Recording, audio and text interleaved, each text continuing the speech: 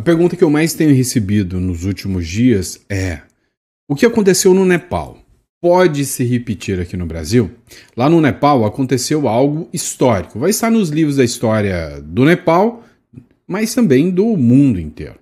Ficou conhecido como a Revolta dos Conectados, né? Como a geração Z derrubou um governo por causa das redes sociais. E aí você vai assustar ainda mais com o impacto das redes sociais depois da derrubada do governo. É assustador o que aconteceu. E a gente vai falar sobre isso aqui. Outro ponto que a gente vai falar também são dois pontos sobre a intolerância, a maldade da esquerda e uma prisão que vai, sem sombra de dúvidas, abalar a estrutura política do Brasil, mas do mundo também. Eu vou falar de duas prisões, na verdade, para vocês, tá? Então, nós vamos entender um pouco mais tudo isso que está acontecendo. Já se fala até em pena de morte, e vocês vão entender o quanto isso, sabe, está sendo uma mudança brusca na forma, né, das pessoas verem a política. Então, antes de mais nada, não esqueça de se inscrever no canal, curtir, compartilhar. É importantíssimo o seu apoio aqui, então inscreva-se no canal, curta, compartilhe aqui, você vai receber sempre informações e análises muito sérias, tá bom? Mas bora pra cima? Vamos entender o que está acontecendo? Então, vem comigo. É o seguinte, pessoal. Vocês viram isso aqui, né? Ficou conhecido como a Revolta dos Conectados, né? Aconteceu há 2 dias atrás, depois que o governo do Nepal, um governo comunista, resolveu atentar contra as redes sociais, ou melhor, resolveu regular as redes sociais, ou melhor, resolveu censurar a população se revoltou. Lá no Nepal, a corrupção estava generalizada. Nepotismo, sabe, os comunistas sem vergonha, vivendo como verdadeiros reis, enquanto que o povo, com desemprego acima de 20%, uma fome generalizada da população, e os comunistas vivendo como reis. Então, o povo foi começando a postar vídeos, começando a se indignar nas redes sociais, e de repente o governo não gostou daquilo, porque aquilo ali foi considerado um atentado à democracia. E, inclusive, disseram que eles precisavam aprovar um projeto que regulamentava as fake news, que as fake news estavam incomodando muito e poderiam atrapalhar o bem da população. Resultado: aprovaram o bendito do projeto das fake news. Exigiram que lá as plataformas colocassem dentro do país representantes e que cumprissem todas as ordens do governo comunista. As plataformas disseram que não, falou: eu não vou cumprir isso aqui. Veio um brilhante sujeito e falou: então derrubem as plataformas. 26 plataformas foram banidas. Discord, YouTube, Instagram, Facebook, todo mundo, com exceção do TikTok do Xi Jinping. A população começou com um protesto. A polícia, que pensa muito bem no bem da população e na liberdade da democracia, abriu fogo, pegou a metralhadora e pá, em cima de jovens. Mais de 30 morreram. Os jovens se revoltaram. Deram a resposta. Partiram para cima dos dirigentes comunistas e aí derrubaram o governo. Teve gente que morreu do governo, a esposa do primeiro-ministro. Muita gente teve que fugir carregado em helicópteros. E aí o governo comunista ditador caiu. O que aconteceu depois? O exército se virou contra os governantes, se uniu ao povo. Depois de tudo definido, eles disseram o seguinte: agora vamos resolver como será o novo governo? Vamos entender isso? E aí veio manifestantes e exército do Nepal negociam a escolha do líder interino. Ou seja, sentou o pessoal do exército, sentou os líderes dos manifestantes e começaram a discutir quem vai começar aí a governar até que tenha uma eleição, até que alguém escolha, né, quem vai governar. Pois é. A conversa seria que o exército ajudaria os manifestantes que fizeram a revolução e a revolta a escolher. Sabe, os manifestantes disseram: quer saber? Danem-se vocês. Sabe como que vai ser a votação? Pelas redes sociais. Não é piada. Após derrubar o regime comunista, a geração Z do Nepal transformou o Discord, que é uma plataforma ali de mensagens, uma rede social, em parlamento para escolher o novo governo. Pela primeira vez na história do mundo, um país está elegendo um governo por meio de conversas entre a população no Discord, a rede social que tinha sido censurada. E você não entendeu errado, não. Eles usaram a plataforma Discord para virar uma espécie de mini parlamento. Abriram para todo mundo, falou, se você é do Nepal, entre aqui, vamos debater, vamos discutir, fazer um grande debate para escolher o líder provisório até que seja feita a eleição. E as redes sociais, a partir de agora, serão, né, o nosso mini parlamento. E, digo mais, o parlamento terá que respeitar as redes sociais, porque se as redes sociais quiserem, eles vão derrubar de novo o parlamento. Já está combinado isso. O cara que assumir agora a presidência interina do Nepal, ele já vai assumir, né? Já vai assumir, sabendo que se a população se indignar, através da própria rede social, eles derrubam novamente. É o acordo que foi feito com o exército. Você tem noção? Agora você conseguiu entender o desespero e o medo do governo comunista em relação às redes sociais?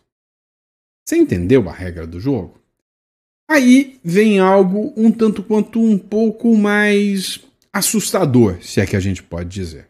Eles resolveram escolher quem seriam os possíveis nomes. E aí veio o rapper adorado pela geração Z do Nepal, despontou como líder político após os protestos e o caos. Tá, o Balendra Shah, mais conhecido como Balen, é um rapper, é um cantor que expunha, né, mazelas do governo, que criticava o governo comunista, que era anti o governo comunista, que falava que eles só queriam implementar a fome para a população, e aí ele viralizou. Depois, né, aos 35 anos, ele entrou como candidato independente em Katmandu e conseguiu concorrer e virou prefeito aos 35 anos. E foi, sabe, ele é aclamado pela geração Z, né? Ele é o prefeito TikToker, né? É o cara de como é que é o nome da cidade lá do prefeito TikToker, né? Me fugiu agora, gente. É o prefeito TikToker deles, o cara viralizou e aí começou uma pilha. Por quê? Porque estão com medo de que ele seja ou um novo Zelensky, aquele cara que era humorista, que não sabe nada de política e tal, ou um novo Bukele. Ele vai entrar para combater a criminalidade, porque o governo dele na prefeitura é considerado excepcional. Então ele é amado por todos da prefeitura de Katmandu, que é a cidade onde ele está. E aí ele insurgiu aqui como um possível nome para dominar, né? Ou seja, para comandar o país, né? Dominar não, né? Ele foi escolhido para comandar o país, enquanto o país escolhe quem será o presidente real. E aí, o Nepal acaba de escolher quem é o seu primeiro-ministro e escolheu em votação pelo Discord. Não teve urna, não teve nada. O povo abriu a enquete ali e foi na votação. E pelo Discord, o Nepal escolheu quem será o seu presidente interino. O que chamou a atenção, né? Teve essa tentativa de banir as redes sociais. E agora as próprias redes sociais foram um mecanismo para derrubar o governo e um mecanismo para escolher um novo modelo, né? Um novo modelo de gestão. Em meio ao vácuo de poder, os jovens recorreram justamente à tecnologia que seria proibida. O Discord, que se transformou em uma espécie de Assembleia Nacional Digital com a participação do povo. O servidor que foi criado pelo grupo cívico Rami Nepal, que foi quem fez, né, começou as manifestações por causa das medidas do governo comunista em derrubar, eles começaram a manifestação e deu a possibilidade para o povo escolher os nomes. Falou, ó, vocês, quem vocês escolhem? Fez uma votação prévia. Olha que loucura. Eles fizeram uma votação prévia, né? Deve ter gente que colocou o nome até do cachorro lá. Todo lugar tem um moleque, né? O brincalhão. mas eles colocaram o nome das pessoas para colocar em votação, tá? Para colocar em votação, e aí foram, né, escolhendo quem poderia ser, fizeram uma votação para ver quem eram os candidatos que concorreriam, foram 2 votações, quem seriam os candidatos, pegou os melhores ali, mais votados, esses melhores entraram na votação, depois fizeram a eleição final e aí fizeram, né, a eleição. Ó, a mobilização inédita revelou tanto o potencial democrático quanto os limites do espaço virtual. Moderadores enfrentam trolls, desorganização e disputas internas, enquanto partidos tradicionais e monarquistas também pressionam por influência. Para analistas, o caso ilustra um padrão global. Redes sociais conseguem mobilizar protestos, mas ainda falham em criar as estruturas políticas. Claro, mas se tornou uma máquina poderosa. E aí eles estão escolhendo agora, né? Tá entre o rapper e, pasmem, a população lá do Nepal ama a presidente da Suprema Corte do Nepal, por ser uma pessoa imparcial, que combate a corrupção, uma pessoa que já condenou muitos políticos corruptos e era, sabe, uma persona não grata pelo Partido Comunista do Nepal. Você viu que loucura? Aí a pergunta é, pois é, mas e se acontece isso aqui no Brasil? Se deixa acontecer e a votação vai pela rede social, o que acontece? Depende. Se depender da direita, o Nicolas Ferreira tá eleito. Se depender da esquerda, o Oruan, né? Aquele rapper, filho do Marcinho VP. Então, resumindo, este é o motivo. Porque não é que eles temem, eles têm pavor das redes sociais. Agora, uma coisa é certa. Lula vai pensar 2, 3 vezes antes de tirar as redes sociais aqui no Brasil. O Lula e qualquer presidente comunista por aí. Vamos lá, pessoal. Dando continuidade, até hoje está dando repercussão a manifestação retumbante de domingo no 7 de setembro. Pois é. Estão desmentindo uma bela de uma fake news, porque estão publicando por aí que a bandeira que foi utilizada na manifestação contra o Lula, contra o Alexandre de Moraes e pela liberdade na Avenida Paulista era uma bandeira utilizada pelo evento do NFL. Né? O NFL, o futebol americano, tá? O NFL teve uma aceitação, começou o esporte e teve uma aceitação retumbante no Brasil, gigantesca, tá? E aí, eles falam que a bandeira do NFL foi utilizada ali. Só que está circulando nas redes e foi considerada uma fake news, né? A fake news da Left People. Circulam nas redes sociais publicações que afirmam que a bandeira gigante dos Estados Unidos exibida por apoiadores do ex-presidente Jair Bolsonaro na Avenida Paulista, no ato de 7 de setembro, seria a mesma, utilizada 2 dias antes, durante a partida da National Football League, NFL, em São Paulo. A informação é falsa. Na segunda-feira, um post no X, com mais de 10 mil visualizações, dizia: sabe aquela bandeira dos Estados Unidos que vimos na Avenida Paulista no 7 de setembro? Ela não chegou lá por acaso, ela veio diretamente do jogo da NFL em São Paulo. Sim, aquele evento esportivo que todo mundo curtiu. A publicação incluiu ainda um vídeo do qual um homem afirma: tem algo por trás dessa bandeira inocente dos Estados Unidos. De onde os caras arranjaram uma bandeira desse tamanho? Coincidentemente, tem um post da Ana Castela cantando o hino nacional e aí, pá, tem ali uma bandeira dos Estados Unidos. Tem mais de 40 jardas, 365 metros. E aí, se a gente for jogar no Google Earth para medir a bandeira usada na manifestação, também dá 35,6 metros. Na minha leitura, a NFL está patrocinando e fomentando essa intervenção externa no Brasil. Pois é, conversa fiada, né?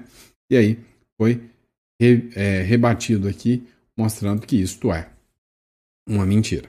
Agora, falando em bandeira, intervenção externa no Brasil, o secretário do Trump, ele voltou a ter esse comentário sobre o Brasil há 22 minutos atrás agora, e disse que a relação entre o Brasil e os Estados Unidos está num momento mais sombrio, mais estupidamente ruim de todos os tempos. Quem duvida? Não é só a relação, não. É o governo. É a vida do brasileiro. É a situação do brasileiro. O secretário adjunto dos Estados Unidos, que é o Christopher Landau, Ele afirmou na noite de sexta-feira que a relação entre o Brasil e os Estados Unidos, na noite não, na manhã, viu, tá? Dos Estados Unidos e o Brasil, atingiu o ponto mais sombrio em 2 séculos. A fala do número 2 do secretário de Estado Marco Rubio foi em referência à condenação do ex-presidente Jair Bolsonaro por tentar dar um golpe de Estado após perder as eleições. Abre aspas aqui. Os Estados Unidos condenam o uso da lei como arma política. Como advogado, diplomata e amigo do Brasil, me dói ver o ministro Alexandre de Moraes destruindo o Estado de Direito e levando as relações entre nossas 2 grandes nações ao seu ponto mais sombrio em 2 séculos, escreveu Landau em seu perfil no X. Rapaz, o Brasil está em treta constante com os Estados Unidos agora. O que mais tem é gente lá do governo, né? Lá dos Estados Unidos, que está pistola literalmente, com o que está rolando aqui no Brasil, né? Não sem razão, né? Vamos admitir, porque não tá nada gostoso de ver o que está rolando no Brasil. Mas bora lá, pessoal. O Jornal Metrópolis acabou de publicar agora um vídeo que foi divulgado pelo FBI, e nesse vídeo o atirador do Charlie Kirk, ele foi visto, né, fugindo lá da Universidade de Utah. Vocês conseguem acompanhar aqui o vídeo aqui, né, onde ele literalmente, né, tá fugindo aqui da universidade. Eles fazem uma aproximação aqui, e aí é onde vocês conseguem ver o momento em que ele tá passando ali, ó. Vocês conseguem ver aqui, ó, ele passa correndo ali, né, saindo da universidade ali, e aí, né, eles aproximam ali e você consegue ver, né, um momento em que ele desce ali, ó, tá? Ele desce ali e consegue escapar. Agora, acabou de sair a informação de que já tinham, né, o nome do suspeito. O suspeito de matar Charlie Kirk é preso nos Estados Unidos, segundo a informação do Trump. E aí foi essa figura aí, né? Um homem suspeito de ter assassinado o ativista de direita norte-americano Charlie Kirk foi detido e está sob custódia policial, anunciou o presidente dos Estados Unidos, Donald Trump.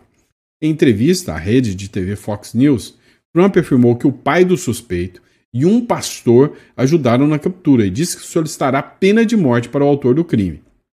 Abre aspas, né? Caramba. Eu acho que o pegamos, declarou. A polícia do estado de Utah ainda não havia se pronunciado sobre a detenção até a última atualização desta reportagem. Caramba, cara. Assim, pensa pro pai, cara. Que situação em relação ao pai. Trump afirma que o suspeito do assassinato de Charlie Kirk foi entregue pelo próprio pai. O presidente dos Estados Unidos, Donald Trump, anunciou na sexta-feira que o suspeito de assassinato do ativista conservador Charlie Kirk foi entregue à polícia pelo próprio pai. Cara, que isso, cara?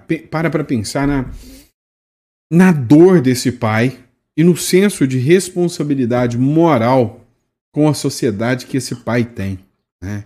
Para pensar nessa situação absurda em que o próprio pai teve que entregar o filho, né, desvirtuado por esse discurso extremista dessa esquerda, dessa extrema esquerda, né? Segundo fontes da lei ouvida pelo jornal The New York Post, trata-se de Tyler Robson, um jovem de 22 anos de Utah. Olha só o que disse aqui. Acho que com um alto grau de certeza nós o temos, diz Trump em entrevista ao programa Fox and Friends, minutos depois de receber a informação. Alguém muito próximo a ele o entregou, afirmou, revelando que foi o pai do suspeito quem fez a denúncia por meio de um pastor que estava envolvido com a polícia, né?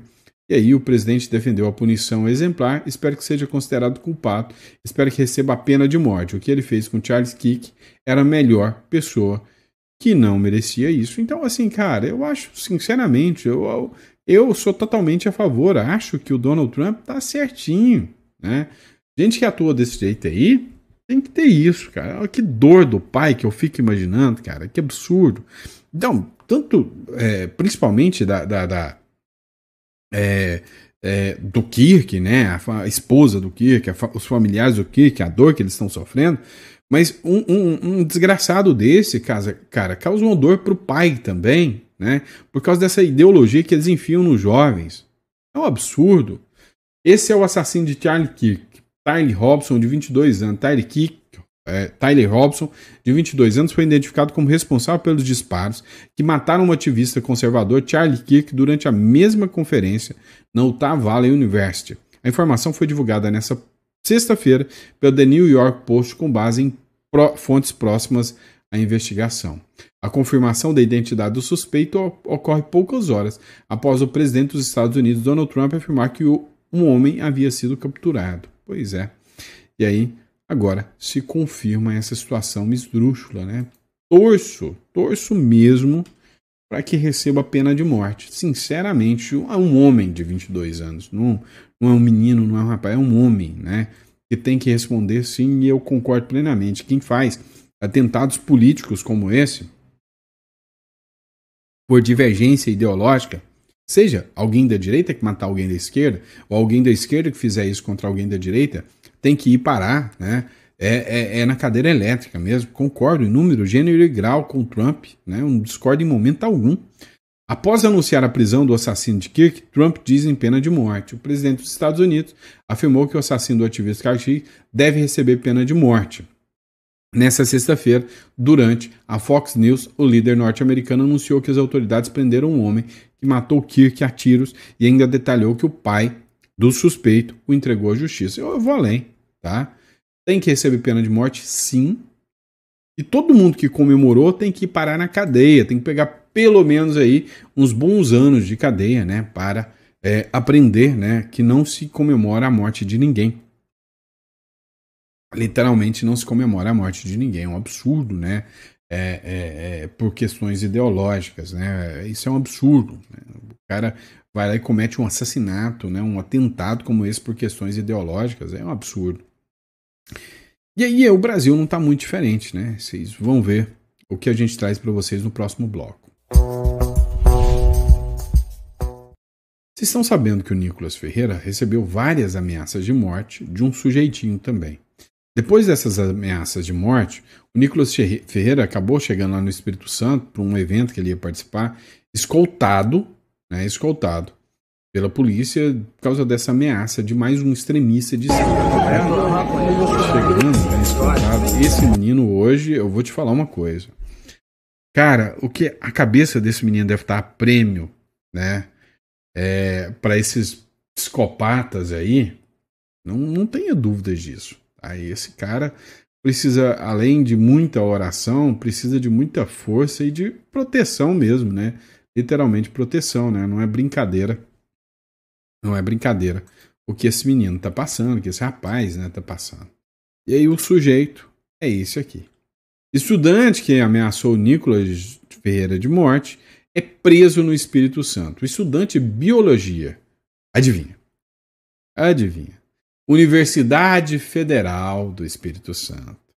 Adalto Gaia Júnior foi preso nesta quinta-feira após ameaçar publicamente o deputado Nicolas Ferreira de morte em postagem na rede social. A Polícia Federal realizou a prisão em Boa Esperança, no norte do Espírito Santo, e conduziu o suspeito à delegacia. Adalto permaneceu em silêncio durante o depoimento e começou a chorar. Nossa, gente. Começou a chorar, né? Machão para ficar fazendo ameaça de morte contra os outros e fica chorando, né? O advogado alegou um surto momentâneo, que não havia intenção real de cometer o ato. Adalto se retratou publicamente, mas o deputado afirmou que seguirá com todas as medidas legais. A UFES repudiou a ameaça e reforçou que ações de ódio e violência não serão toleradas. Agora é saber se a UFES vai expulsar esse cara. No mínimo.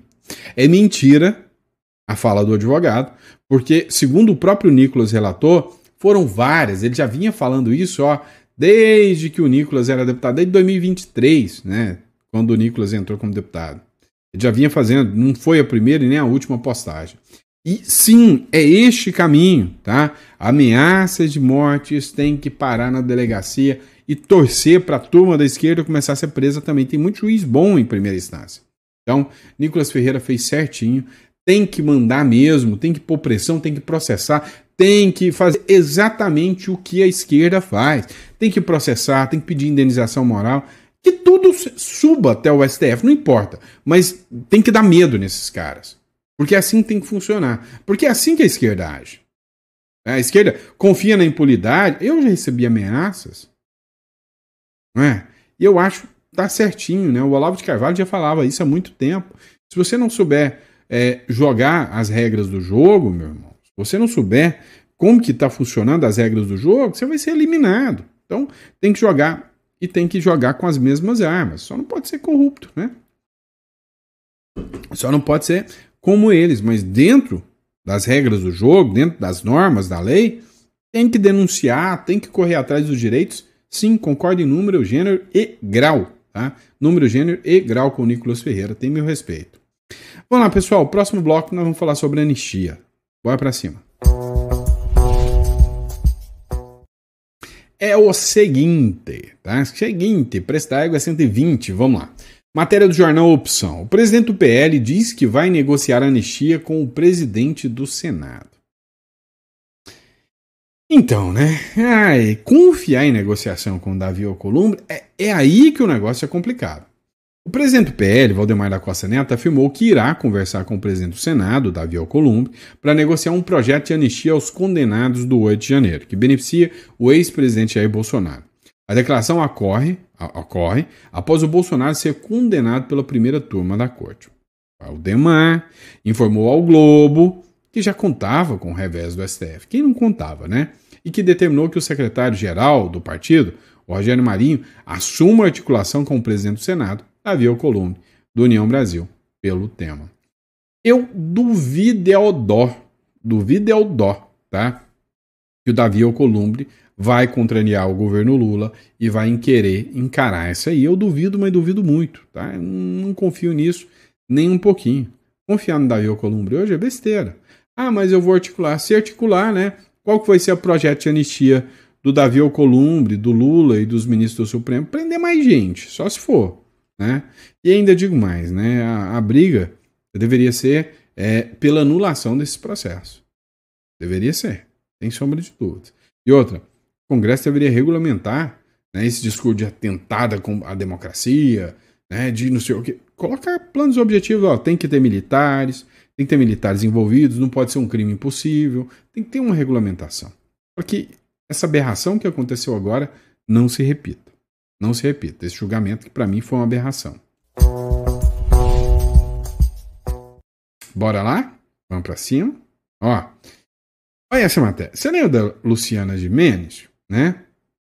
Lucas Jagger, filho de Luciana Gimenez, afirma estar envergonhado da direita brasileira. Nossa, eu não vou nem dormir essa noite. Pois, é filho do Mick Jagger, filho da Luciana Gimenez, artista, né? Lucas Jagger, filho de Luciana Gimenez e do vocalista dos Rolling Stones, Mick Jagger, virou assunto nas redes ao criticar abertamente a direita brasileira. Em um comentário feito no Instagram, o jovem de 26 anos afirmou sentir vergonha, tadinho, do movimento, depois de ver uma reportagem internacional que mostrava uma manifestação pró-Bolsonaro na Avenida Paulista, carregando uma enorme bandeira dos Estados Unidos. Sério, você mora onde, hein? Né? Na publicação, Lucas rebateu a narração de que aquilo representaria o país como um todo. Segundo ele, a maioria dos brasileiros não se identifica com esse tipo de ato político e, pelo contrário, sente constrangimento ao ver os símbolos estrangeiros sendo usados como se fossem nacionais. E bandeira da Palestina? Pode, tá tudo bem, né? A fala do filho de Luciana Gimenez ganha ainda mais destaque por contrastar com a posição pública da mãe, que já demonstrou apoio ao Bolsonaro em outras ocasiões. Essa diferença expõe de maneira clara como o Brasil vive um momento de forte polarização, capaz de dividir opiniões até dentro dos próprios familiares. Vem cá. Eu esqueci de comentar, viu?